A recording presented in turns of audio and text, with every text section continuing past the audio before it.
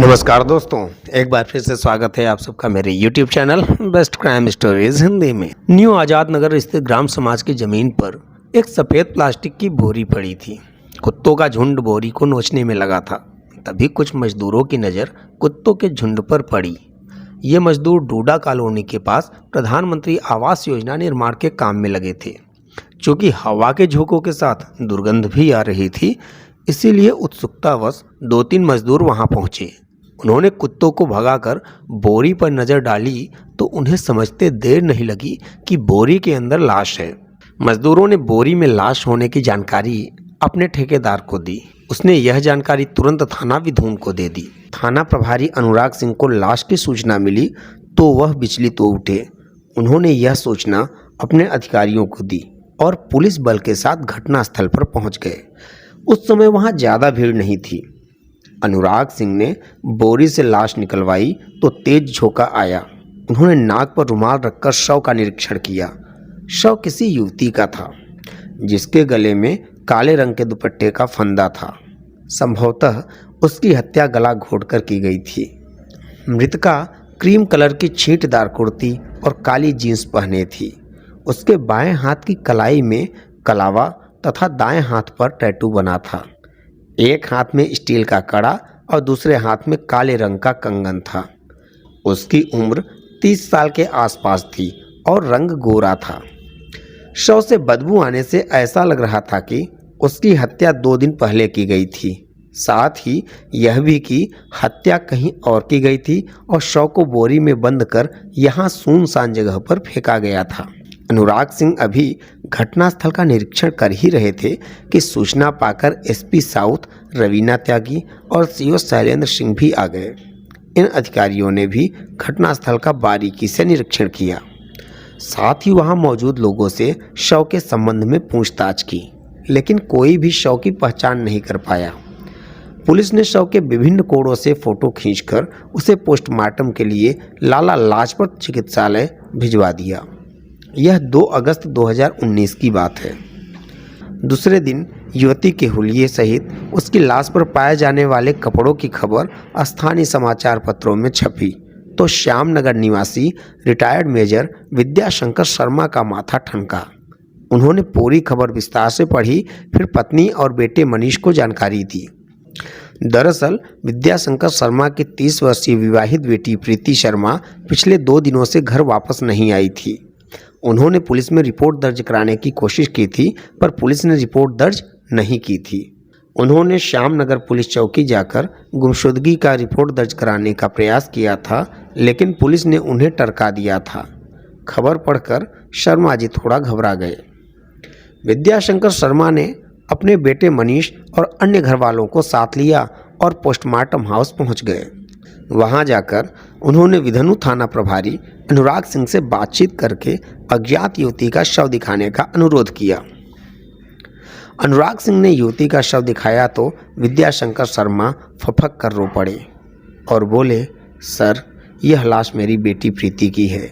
मैंने इसे हाथ में बंधे कलावा, कड़ा और टैटू से पहचाना है।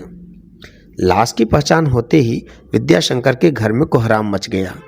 मनीष बहन की लाश देखकर रो पड़ा। उसकी पत्नी कंचना भी सिसकने लगी।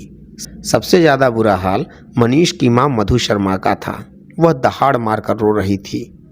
उनकी बहू कंचन तथा परिवार की अन्य औरतें उन्हें धैर्य बंधा रही थीं। लाश की शिनाख्त होने के बाद थाना प्रभारी अनुराग सिंह ने मृतका प्रीति शर्मा के पिता विद्याशंकर शर्मा से पूछताछ की। उन्होंने बताया कि 2 दिन पहले प्रीति को उसकी सहेली वैदिका तथा उसका पति सत्येंद्र अपने घर ले गए थे। उसके बाद प्रीति वापस नहीं लौटी। पुलिस ने वैदिका तथा उसके पति सत्येंद्र से पूछा तो दोनों बहाना बनाने लगे। पुलिस को संदेह हुआ कि कहीं प्रीति का सामान लूटने के लिए उसकी हत्या वैदिका और उसके पति सत्येंद्र ने मिलकर तो नहीं की है। इस संदेह की वजह यह थी कि प्रीति जब घर से निकली थी तब वह कई आभूषण पहने थी। पर्स, मोबाइल व एटीएम कार्ड भी उसके पास थे, जो लाश के पास से नहीं मिले। पहने हुए आभूषण गायब थे। ये सारी चीज़ें गायब थी, इसलिए पुलिस का शक और गहरा गया। थाना प्रभारी अनुराग सिंह ने मृतका प्रीति शर्मा के भाई मनीष शर्मा से पूछताछ की तो उसने बताया कि प्रीति की हत्या में उसकी सहेली वैदिका और उसका पति सत्येंद्र ही शामिल हैं। इसके अलावा प्रशांत द्विवेदी नाम का एक युवक भी शामिल है। इन तीनों ने ही हत्या की योजना बनाई और प्रीति को मौत की नींद सुला दिया। इंस्पेक्टर ने पूछा, यह प्रशांत द्विवेदी कौन है? तो मनीष ने कहा, सर, प्रशांत द्विवेदी मेरी बहन का प्रेमी है। उसने प्रीति को अपने प्यार के जाल में फंसा लिया था और शादी का झांसा देकर उसका शारीरिक शोषण करता था। जब प्रीति ने शादी का दबाव बनाया तो उसने प्रीति की सहेली वैदिका के साथ मिलकर उसे मार डाला। इंस्पेक्टर ने पूछा, तुम्हारी बहन प्रीति तो ब्याहता थी, वह प्रशांत के जाल में कैसे फंस गई? सर, प्रीति का अपने पति से मनमुटाव था। कोर्ट में दोनों के तलाक का मुकदमा चल रहा है। पति से मनमुटाव के बाद वह मायके आकर रहने लगी थी। पति की उपेक्षा से उबी प्रीति को प्रशांत का साथ मिला तो वह उसकी ओर आकर्षित हो गई और उसके बाद शादी के सपने संजोने लगी। पर प्रशांत छलिया निकला, वह उससे शादी नहीं करना चाहता था। कहीं प्रीति की हत्या मुकदमे से छुटकारा पाने के लिए उसके पति ने ही तो नहीं कर दी? सिंह ने शंका जाहिर की। तो उसने कहा, नहीं सर, प्रीति के ससुराल वाले हत्या जैसा जोखिम नहीं उठा सकते। प्रीति का पति पीयूष शर्मा एयरफोर्स में है और अंबाला में तैनात है। ससुर भुजराम शर्मा रोडवेज से रिटायर हैं, उन पर हमें भरोसा है। पूछताछ के बाद अनुराग सिंह को लगा कि प्रीति की हत्या या तो अवैध रिश्तों के चलते हुई या फिर प्रीति की सहेली वैदिका ने उसके साथ विश्वासघात किया है।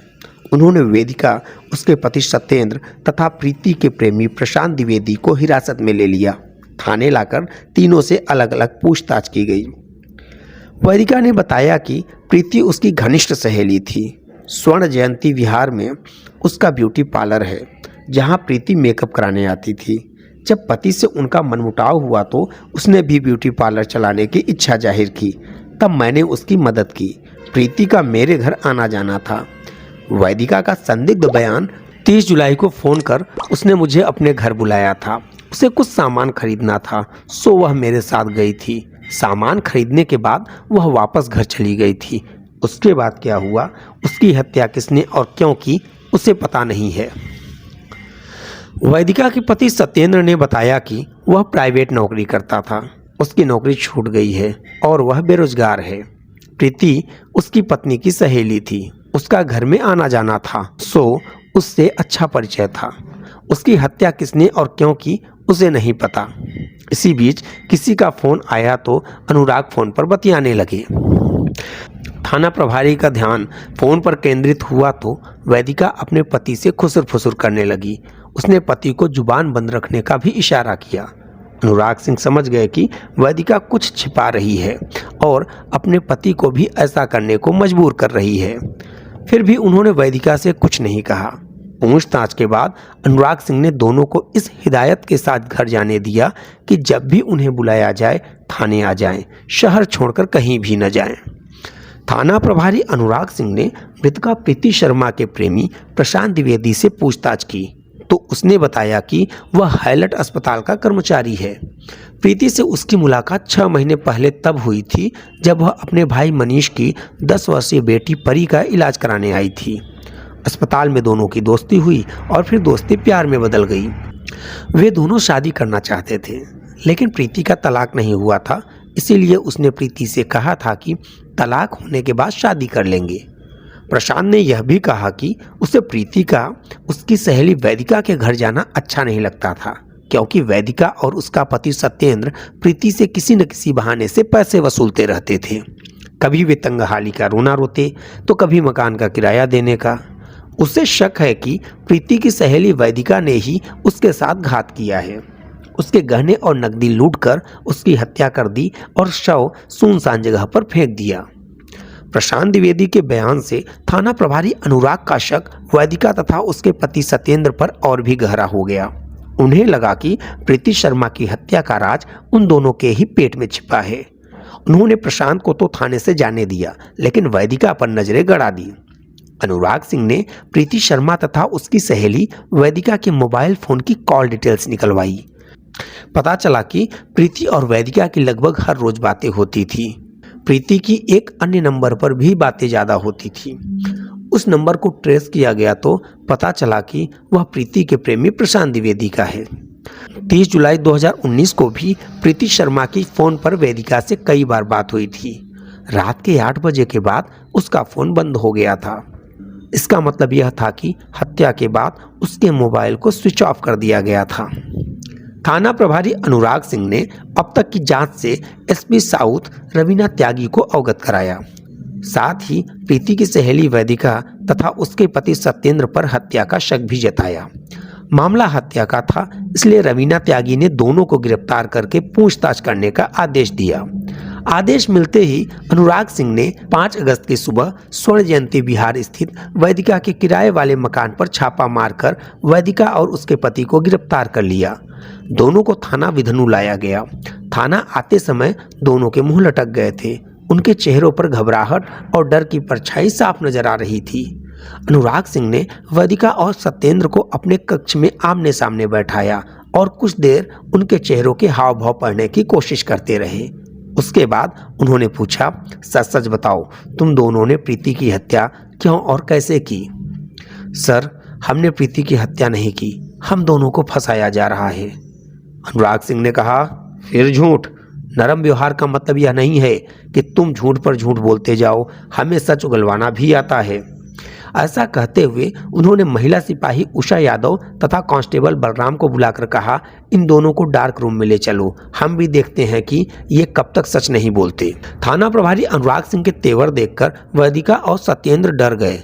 उन्हें लगा कि सच बोलने में ही भलाई है, अतः वे दोनों हाथ जोड़कर बोले, सर हमें माफ कर दो, हमसे गलती हो गई। पैसों की तंगी के कारण प्रीति की हत्या हम दोनों ने ही की थी। हम अपना जुर्म कबूल करते हैं। जुर्म कबूल करने के बाद वैदिका और सत्येंद्र ने प्रीति का मोबाइल, पर्स, ज्वेलरी आदि सामान बरामद करा दिया। पुलिस ने हत्या के बाद लाश फेंकने में इस्तेमाल की गई सत्येंद्र की मोटरसाइकिल भी बरामद कर ली। अनुराग सिंह ने प्रीति शर्मा की हत्या का राज खोलने और उसका सामान बरामद करने की जानकारी एसपी साउथ रवीना त्यागी तथा सीओ शैलेंद्र सिंह को दी। पुलिस अधिकारी थाना विधनु आ गए। उन्होंने वैदिका तथा उसके पति सत्येंद्र से प्रीति की हत्या के संबंध में विस्तृत जानकारी हासिल की। फिर प्रेस वार्ता कर हत्या आरोपियों को मीडिया के समक्ष पेश कर घटना का खुलासा कर दिया। कातिलों ने हत्या का जुर्म कबूल करके सामान भी बरामद करा दिया था। थाना प्रभारी अनुराग सिंह ने मृतका के पिता विद्याशंकर शर्मा को वादी बनाकर आईपीसी की धारा 302, 201 के तहत वैदिका तथा उसके पति सत्येंद्र के विरुद्ध मुकदमा दर्ज कर लिया। पुलिस जांच में सहेली द्वारा सहेली के साथ विश्वासघात करने की सनसनीखेज घटना प्रकाश में आई। कानपुर महानगर के थाना चकेरी क्षेत्र में एक मोहल्ला है श्यामनगर। इसी मोहल्ले के ई ब्लॉक में विद्याशंकर शर्मा अपने परिवार के साथ रहते थे। उनके परिवार में पत्नी मधु शर्मा के अलावा एक बेटा मनीष तथा बेटी प्रीति थी। विद्याशंकर शर्मा सेना के मेजर पद से रिटायर हुए थे। विद्याशंकर शर्मा का परिवार संपन्न था और वह इज्जतदार व्यक्ति थे। विद्याशंकर शर्मा खुद पढ़े लिखे व्यक्ति थे, इसीलिए उन्होंने अपने बेटे मनीष और बेटी प्रीति को भी खूब पढ़वाया लिखाया था। मनीष पढ़ लिख कर जब काम पर लग गया तो उन्होंने उसका विवाह कंचन नाम की खूबसूरत युवती के साथ कर दिया। कंचन पढ़ी लिखी तथा मृदुभाषी थी। ससुराल में आते ही उसने सभी का दिल जीत लिया था। शादी के 1 साल बाद कंचन ने बेटी परी को जन्म दिया। प्रीति मनीष से छोटी थी। वह दिखने में जितनी सुंदर थी, पढ़ाई में भी उतनी ही तेज थी। खालसा गर्ल्स इंटर कॉलेज की परीक्षा उत्तीर्ण करने के बाद बीए की डिग्री बृहस्पति महाविद्यालय किदवई नगर से हासिल की थी। यही नहीं, स्वरोजगार के लिए उसने ब्यूटिशियन का पूरा कोर्स भी कर रखा था। प्रीति को बन संवर कर रहना, स्वच्छंद घूमना पसंद था। प्रीति जवान हुई तो विद्याशंकर शर्मा को उसके ब्याह की चिंता सताने लगी। वह प्रीति का विवाह धूमधाम से किसी ऐसे युवक से करना चाहते थे जो पढ़ा लिखा हो और सरकारी नौकरी में हो। हालांकि प्रीति का हाथ मांगने के लिए कई रिश्तेदारों ने कोशिश की, लेकिन विद्याशंकर ने उन्हें मना कर दिया। कारण यह कि उनके लड़के या तो व्यापारी थे या फिर किसी प्राइवेट कंपनी में काम करते थे। काफी दौड़ धूप के बाद विद्याशंकर शर्मा को एक लड़का पसंद आ गया। लड़के का नाम था पीयूष। पीयूष के पिता भुजराम शर्मा चकेरी थाना क्षेत्र में आने वाले मोहल्ला कोयला नगर में रहते थे। वह रोडवेज से रिटायर हुए थे। कोयला नगर में उनका अपना आलीशान मकान था। जिसमें वह परिवार के साथ रहते थे। परिवार में पत्नी सुधा शर्मा के अलावा एक ही बेटा था, पीयूष। पीयूष पढ़ा लिखा युवक था। उसका चयन वायुसेना में हो गया था। ट्रेनिंग के बाद वह अंबाला में कार्यरत था। विद्याशंकर शर्मा ने पीयूष को देखा तो वह उन्हें अपनी बेटी प्रीति के योग्य लगा। लेन देन की बात तय होने के बाद दोनों परिवारों में सहमति बनी कि शादी तब तक मानी जाएगी जब प्रीति और पीयूष एक दूसरे को पसंद कर शादी को राजी हो जाएंगे। नियत तिथि पर पीयूष और प्रीति ने एक दूसरे को देखा, आपस में बातचीत की, अंततः दोनों शादी को राजी हो गए। उसके बाद 20 फरवरी 2015 को प्रीति का विवाह पीयूष शर्मा के साथ धूमधाम से हो गया।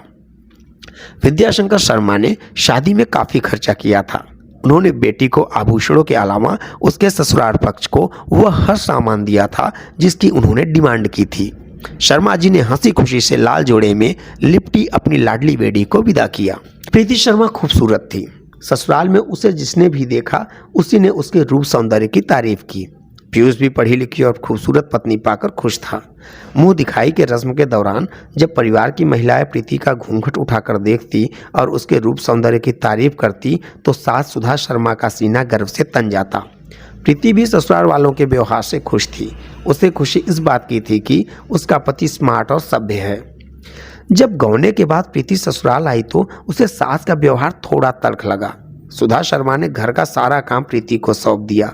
काम करने के बावजूद उसे सास की डांट सहनी पड़ती थी। कभी वह दाल में कम नमक को लेकर डांटती थी तो कभी साफ सफाई को लेकर, कभी कभी दहेज कम देने का भी ताना मारती। सास के तानों से प्रीति का दिल छलनी होने लगा। वह मानसिक प्रताड़ना से परेशान रहने लगी। पति उससे कोसों दूर था। वह अपनी पीड़ा कहती भी तो किससे कहती। एक रोज उसकी माँ का फोन आया तो प्रीति के सब्र का बांध टूट गया। उसने फोन पर ही सारी पीड़ा माँ को बताई और फूट फूट कर रोने लगी। माँ ने उसे धैर्य बंधाया और उसकी सास को समझाने का भरोसा दिया। मधु शर्मा ने प्रीति की प्रताड़ना को लेकर उसकी सास से शिकायत की तो वह गुस्से में बोली, तुम्हारी बेटी इतनी नाजुक और कोमल है तो घर के काम के लिए नौकर चाकर लगवा दो या फिर इसे अपने घर बुला लो। मुझे कामचोर बहू की जरूरत नहीं है। शिकायत के बाद सास का जुल्म और बढ़ गया। वह प्रीति के खाने पीने, उठने बैठने और सजने संवरने पर भी सवाल खड़े करने लगी। लगभग 3 महीने बाद पीयूष जब छुट्टी पर घर आया तो माँ ने प्रीति के खिलाफ उसके कान भरे। इस पर पीयूष का व्यवहार भी प्रीति के प्रति कठोर हो गया। उसने प्रीति से साफ कह दिया कि उसे घर का काम करना पड़ेगा। माँ जो कहेगी उसे बर्दाश्त करना होगा, साथ ही मर्यादा में रहना पड़ेगा। माँ से बगावत वह बर्दाश्त नहीं करेगा। पति की बात सुनकर प्रीति अवाक रह गई। वह जान गई कि पीयूष मातृभक्त है। उसे पत्नी की कोई चिंता नहीं है। घर में तनाव को लेकर पीयूष और प्रीति के बीच दरार पड़ गई। पीयूष जहां अपनी सरकारी नौकरी का घमंड था, वहीं प्रीति को भी अपनी खूबसूरती का अहंकार था। इस अहंकार और घमंड ने प्रीति और पीयूष के जीवन को गर्त में धकेल दिया। इधर पीयूष का साथ मिला तो सास सुधा प्रीति पर और जुल्म करने लगी। अब वह सीधे तौर पर दहेज के रूप में रुपयों की मांग करती। प्रीति रुपया लाने को राजी नहीं होती तो वह उसे प्रताड़ित करती। प्रीति आखिर कब तक जुल्म सहती। 1 साल बीतते बीतते वह ससुराल में इतनी ज़्यादा परेशान हो गई कि उसने ससुराल छोड़ दी और मायके में आकर रहने लगी। कुछ महीने बाद पीयूष उसे लेने आया तो प्रीति ने उसके साथ जाने से साफ मना कर दिया। मायके में प्रीति कुछ समय तक असामान्य और गुमसुम रही, लेकिन जब माँ बाप ने उसे समझाया और दहेज उत्पीड़न जैसी बुराई से लड़ने की हौसला अफजाई की तो उसने भी लड़ने की ठान ली। उसने पिता और भाई के सहयोग से पति पीयूष, ससुर भुजराम शर्मा तथा सास सुधा शर्मा के विरुद्ध थाना चकेरी में दहेज उत्पीड़न की रिपोर्ट दर्ज करा दी। साथ ही तलाक का भी मुकदमा कायम करा दिया। मुकदमा करने के बाद प्रीति ने थाना चकेरी पुलिस पर दबाव बनाया कि वह आरोपियों को जल्द ही बंदी बनाए। उधर पीयूष और उसके माता पिता को प्रीति द्वारा दहेज उत्पीड़न का मुकदमा कायम कराने की जानकारी हुई तो वे घबरा गए। गिरफ्तारी से बचने के लिए भुजराम शर्मा मकान में ताला लगाकर अंडरग्राउंड हो गए। पीयूष वायुसेना में था। गिरफ्तार होने पर उसकी नौकरी खतरे में पड़ सकती थी। दौड़ धूप कर पीयूष ने गिरफ्तारी के विरुद्ध हाईकोर्ट से स्टे ले लिया। स्टे मिलने के बाद पीयूष ने ससुराल वालों से समझौते की पहल की। प्रीति शर्मा पहले तो तैयार नहीं हुई, लेकिन माँ बाप के समझाने पर तैयार हो गई। उसने समझौते के लिए 10 लाख रुपए की मांग रखी, जो उसके माँ बाप ने शादी में खर्च किए थे। पीयूष दहेज उत्पीड़न का मुकदमा खत्म करने तथा तलाक मिलने पर 10 लाख रुपए देने को राजी हो गया। उसने 5 लाख रुपए प्रीति को कोर्ट के माध्यम से दे दिए और बाकी रुपए तलाक मिलने के बाद देने का वादा किया। प्रीति की एक घनिष्ठ सहेली थी वैदिका। वह अपने पति सत्येंद्र के साथ स्वर्ण जयंती विहार में रहती थी। यह क्षेत्र थाना विधनु के अंतर्गत आता है। वैदिका किराए पर सुलभ पांडे के मकान में रहती थी। मकान के बाहरी भाग में उसने ब्यूटी पार्लर खोल रखा था। प्रीति सजने संवरने उसके पार्लर में जाती थी। आते जाते दोनों में गहरी दोस्ती हो गई थी। वैदिका का पति सत्येंद्र मूल रूप से बिल्हौर थाने के कलवा मऊ गांव का रहने वाला था। बेहतर जिंदगी की उम्मीद से वह कानपुर शहर आया था। सत्येंद्र प्राइवेट नौकरी करता था, जबकि वैदिका ब्यूटी पार्लर चलाती थी। प्रीति ने भी ब्यूटिशियन का कोर्स कर रखा था, अतः सहेली के घर आते जाते उसने वैदिका से ब्यूटी पार्लर खोलने की इच्छा जाहिर की। वैदिका ने भरपूर मदद का आश्वासन दिया तो प्रीति ने श्यामनगर में अपने घर से कुछ दूरी पर एक दुकान किराए पर ले ली। फिर वैदिका की मदद से दुकान को सजाकर ब्यूटी पार्लर चलाने लगी। चूंकि प्रीति व्यवहार कुशल, हंसमुख और सुंदर थी, इसीलिए कुछ ही माह बाद उसका ब्यूटी पार्लर अच्छी तरह चलने लगा। उसके यहाँ महिलाओं लड़कियों की भीड़ उमड़ने लगी। उसे अच्छी आमदनी होने लगी थी। प्रीति सहेली वैदिका की भी आर्थिक मदद करने लगी थी। प्रीति की अपनी भाभी कंचन से खूब पड़ती थी।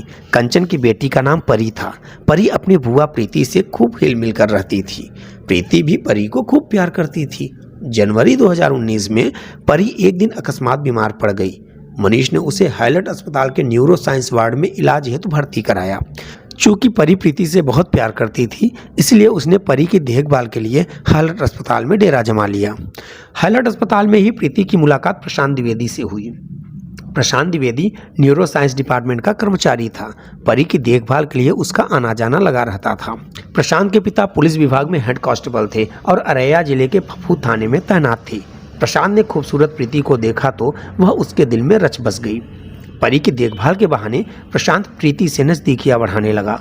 वह शरीर से हष्ट-पुष्ट व दिखने में स्मार्ट था। प्रीति को भी उसकी नजदीकी और लच्छेदार बातें अच्छी लगने लगी। उसके दिल में प्रशांत के प्रति प्यार उमड़ने लगा। एक दिन प्रशांत ने मौका देखकर प्रीति का हाथ थाम लिया और बोला, प्रीति, मैं तुमसे प्यार करने लगा हूँ। यदि मुझे तुम्हारा साथ मिल जाए तो मेरा जीवन सुधर जाएगा। तुम्हारे बिना अब मैं खुद को अधूरा समझने लगा हूँ। बोलो, साथ दोगी मेरा? प्रीति अपना हाथ छुड़ाते हुए बोली, प्रशांत, प्यार तो मैं भी तुमसे करने लगी हूँ, लेकिन तुम्हें पता नहीं है कि मैं शादीशुदा हूँ। कोर्ट में पति से मेरा तलाक का मामला चल रहा है। मुझे तुम्हारे बीते कल से कोई मतलब नहीं है। रही बात तलाक की, तो आज नहीं तो कल हो ही जाएगा। मैं तुम्हें बस अपनाना चाहता हूँ। मुझे डर लग रहा है प्रशांत, कहीं तुमने धोखा दे दिया तो? प्रीति ने आशंका जताई। कैसी बातें कर रही हो प्रीति, मैं तुम्हारा साथ जीवन भर निभाऊंगा, प्रशांत ने वादा किया। इसके बाद प्रीति और प्रशांत का प्यार परवान चढ़ने लगा। दोनों साथ घूमने फिरने और मौज मस्ती करने लगे। उनके बीच की सारी दूरियां मिट गई। दोनों के शारीरिक संबंध भी बन गए। प्रीति ने अपने और प्रशांत के बारे में अपनी सहेली को भी बता दिया था। प्रशांत और प्रीति वैदिका के घर मिलने लगे थे। जब भी उनका मिलना नहीं हो पाता था, तब दोनों मोबाइल फोन पर बतियाकर अपने दिल की बात एक दूसरे को बता देते थे। प्रीति के भाई को भी दोनों के प्रेमिल संबंधों का पता चल गया था, लेकिन वह कभी इसका विरोध नहीं करता था। एक दिन प्रीति ने प्रशांत के सामने शादी का प्रस्ताव रखा तो उसने टाल दिया। शादी को लेकर दोनों में खूब विवाद हुआ, लेकिन प्रशांत ने यह कहकर प्रीति को शांत कर दिया कि हम तलाक के बाद तुरंत शादी कर लेंगे, क्योंकि तलाक के पहले शादी करने से तुम मुसीबत में फंस सकती हो। प्रीति को यह बात समझ आ गई और उसने शादी की रट छोड़ दी। इधर प्रीति प्रशांत के साथ मौज मस्ती कर रही थी, जबकि उसकी सहेली वैदिका की आर्थिक हालत बहुत खराब हो गई थी। दरअसल वैदिका के पति सत्येंद्र की नौकरी छूट गई थी और उसका पार्लर भी बंद हो गया था। उसके ऊपर कई महीने का किराया बाकी था। अन्य लोगों से लिया कर्ज भी बढ़ गया था। ऊपर से प्रीति ने भी मदद देनी बंद कर दी थी। ऐसे में उसे कुछ सूझ नहीं रहा था कि वह कर्ज कैसे चुकाए या फिर मकान का किराया कैसे भरे। एक दिन प्रीति वैदिका के घर आई तो उसकी नज़र प्रीति के शरीर पर आभूषणों पर पड़ी, जो लगभग 2 लाख के थे। आभूषण देखकर वैदिका ने पति सत्येंद्र के साथ मिलकर सहेली प्रीति से घात करने की योजना बनाई। इसके बाद वह समय का इंतजार करने लगी। 30 जुलाई 2019 को वैदिका अपने पति सत्येंद्र के साथ प्रीति के घर पहुंची। उसने बताया कि वह ब्यूटी पार्लर का सामान बेच रही है, चलकर देख लो और जो तुम्हारे मतलब का हो उसे खरीद लो। प्रीति सहेली की चाल समझ नहीं पाई और उसके साथ उसके घर आ गई। घर पर वैदिका ने उसका खूब आदर सत्कार किया। प्रीति जाने लगी तो उसने यह कहकर रोक लिया कि खाना खाकर जाना। वैदिका ने शाम को खाना बनाया, फिर रात 8 बजे तीनों ने बैठकर खाना खाया। खाना खाने के बाद प्रीति पलंग पर लेट गई। तभी वैदिका और सत्येंद्र ने प्रीति को दबोच लिया। वह चिल्लाने लगी तो सत्येंद्र ने उसके मुंह में कपड़ा ठूस दिया और वैदिका ने प्रीति के दुपट्टे से उसका गला घोट दिया। प्रीति की हत्या के बाद वैदिका और सत्येंद्र ने मिलकर प्रीति के गले की सोने की चैन, 2 अंगूठी, सोने का कड़ा, कान की बाली और नाक की लौंग उतार ली। इतना ही नहीं, वैदिका ने प्रीति के पर्स से नगद रुपया, मोबाइल तथा एटीएम कार्ड भी निकाल लिया। इसके बाद दोनों ने मिलकर प्रीति के शव को प्लास्टिक की बोरी में तोड़ मरोड़ कर भरा और मोटरसाइकिल पर रखकर न्यू आजाद नगर की ग्राम समाज की खाली पड़ी जमीन पर फेंक आए। आभूषण और नकदी को सुरक्षित कर उन्होंने मोबाइल व पर्स को घर में छिपा दिया। इधर जब प्रीति देर रात तक नहीं लौटी तो विद्याशंकर शर्मा को चिंता हुई। उन्होंने वैदिका से पूछा तो उसने बता दिया कि प्रीति सामान लेकर घर वापस चली गई थी। जब 2 दिन तक प्रीति का कुछ पता नहीं चला तो विद्याशंकर गुमशुदगी की रिपोर्ट दर्ज कराने श्यामनगर चौकी गए, पर पुलिस ने उन्हें टरका दिया। उधर 2 अगस्त 2019 को कुछ मजदूरों ने एक प्लास्टिक की बोरी में लाश देखी जिसे कुत्ते नोच रहे थे, तो मजदूरों ने ठेकेदार को बताया और ठेकेदार ने विधनु की पुलिस को सूचना दी। विधनु थाना प्रभारी अनुराग सिंह ने केस की जांच की तो सारे भेद खुल गए।